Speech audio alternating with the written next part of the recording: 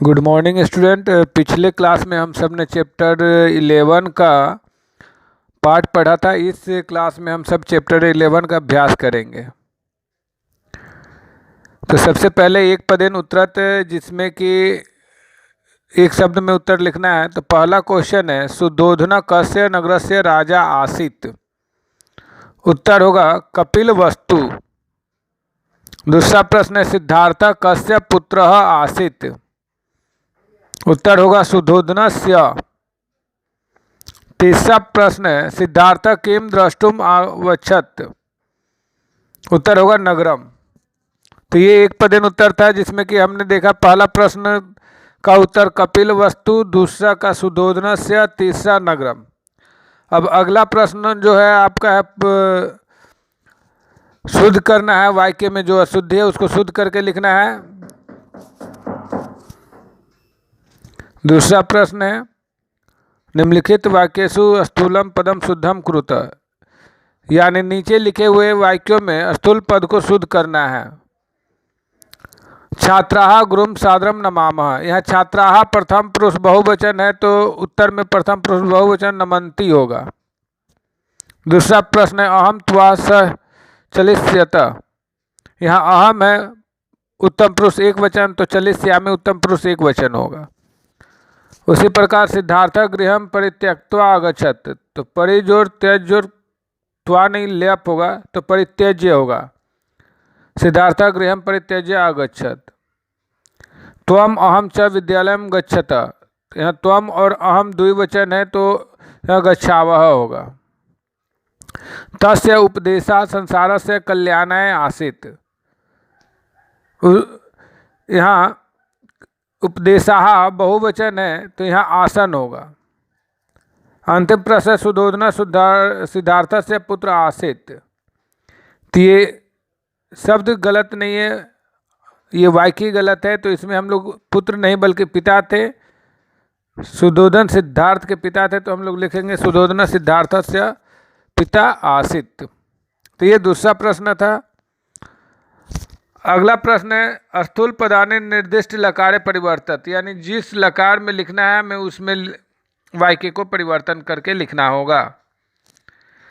तस्य पुत्रस्य नाम सिद्धार्थ आसीत्, इसे लट लकार में लिखेंगे तस्य पुत्रस्य नाम सिद्धार्थ अस्ति। ऋषि राजभवनम आगच्छत्, इसे लिट लकार में लिखेंगे ऋषि राजभवनम आगमिष्यति। अगला प्रश्न है, बालः नृपः भविष्यति। ये लंग लकार यानी भूतकाल में लिखना है, तो बालः नृपः अभवत्। राजा सारथिना स अगच्छत्, ये लोट लकार में लिखना है, तो राजा सारथिना स गच्छतु। अंतिम प्रश्न है, तस्य मुख्य उपदेश अहिंसा अस्ति। तो यहाँ मुख्य उपदेश को अहिंसा अस्ति जो है वो लंग लकार में लिखना है, तो यहाँ पर हम लोग लिखेंगे तस्य मुख्य उपदेश अहिंसा आसीत्। तो ये हमारा तीसरा प्रश्न था। अब अगला हमारा प्रश्न होगा भाषा अवबोधनम। इसमें प्रत्यय और धातु को लिखना है। तो पहला है द्रष्टुम, द्रष्टुम का होगा दृश्य जोड़ तुमुन।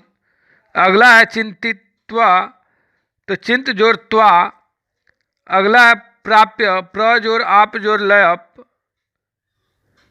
आरूह्य, आ जोड़ रूह जोड़ लयप। त्याक्त्वा, त्यज जोड़ त्वा। परित्यज्य, परि जोड़ त्यज जोड़ लयप। तो ये प्रकृति प्रत्यय था, एक बार मैं पुनः बता दूंगा। दृश्य जोड़ त्वा, दृश्य जोड़ तुमुन, द्रष्टुम। चिंत जोड़ त्वा, चिंतित्वा। प्राप्य, प्र जोड़ आप जोड़ लयप, प्राप्य। आरूह्य, आ जोड़ रूह जोड़ लयप, आरूह्य। त्याक्त्वा, त्यज जोड़ कत्वा। परित्यज्य, परि जोड़ त्यज जोड़ लयप। तो ये था आपका प्रत्यय। अगला प्रश्न है पद परिचय कुरुत। पद परिचय करना है। सब दिए हुए शब्दों के धातु, लकार, पुरुष और वचन बताना है। तो पहला है अवाच्यत, जिसका मूल धातु होगा वाच्य, लकार होगा लंग, पुरुष होगा प्रथम, वचन होगा एक वचनम। उसी प्रकार अकथ्यत, अकथ्यत का होगा कथ, लकार लंग, पुरुष मध्यम, वचन बहुवचनम। अगला है भवतु। भवतु का भू धातु होगा, लोट लकार होगा, प्रथम पुरुष होगा और एक वचनम होगा।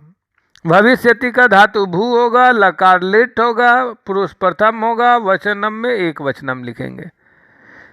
तो ये था पद परिचय। अगला है संस्कृतेन अनुवादम कुरुतः। वाक्य को संस्कृत में अनुवाद करना है। बच्चों को देखकर पिता प्रसन्न हुआ। बालान दृष्ट्वा जनकः प्रसन्न अभवत्। हम सिनेमा देखने जाएंगे। वयम चलचित्रम द्रष्टुम गमिष्यामः। पिता ने पुस्तकें लाकर पुत्र को दी। जनकः पुस्तकानि आन्य पुत्राय अयच्छत्।